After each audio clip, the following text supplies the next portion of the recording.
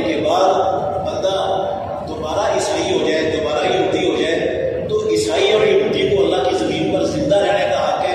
جو کلمہ پڑھ کے مرتد ہو جائے اس کو اسلام زندہ رہنے کی اجازت نہیں دیتا، پھر وہ واجب القتل ہو جاتا ہے. یہ کلمہ پڑھنے کے بعد کافر ہونا یہ بڑا سخت ہونا.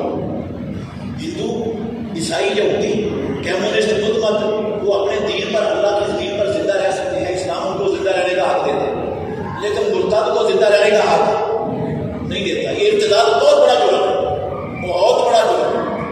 تو دوبارہ عیسائی ہونے کا نہیں سوچنا باپ کی ترقی سے یا خاندان کی ترقی سے یا کسی اور چیز سے. کیا کرتے ہو آپ؟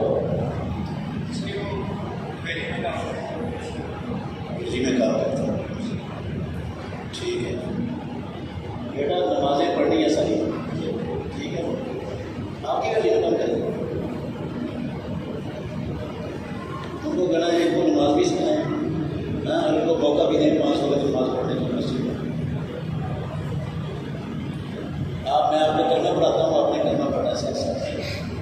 اشہد اللہ الہ الا اللہ وحدہ لا شریک لہ واشہد ان محمدا عبدہ ورسولہ.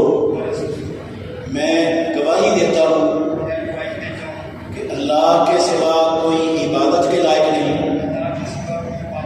وہ اکیلا ہے، اس کا کوئی شریک نہیں.